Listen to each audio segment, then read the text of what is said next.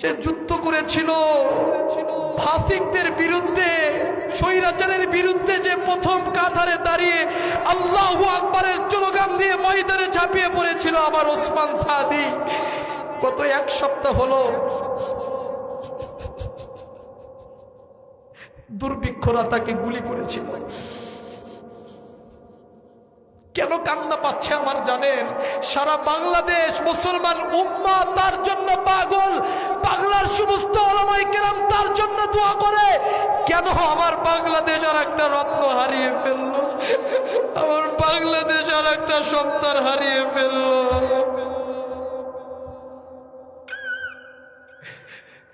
ওসমান হাদি এমন একটা সাহসী লোক ছিলেন।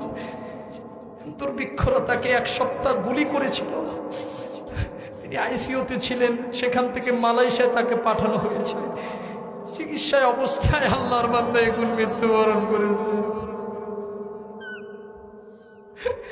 ছোট একটা মেয়ে আব্বু আব্বু বলে কান্না করে, আমার আব্বু কই, আমার আব্বু কই। আজকে ছোট্ট মেয়েটা ইতিম হয়ে গেল। আমার বাংলাদেশ আজকে উপহার দিল। এই ডাক্তার ইউনূস, আপনি কি করলেন? আগামী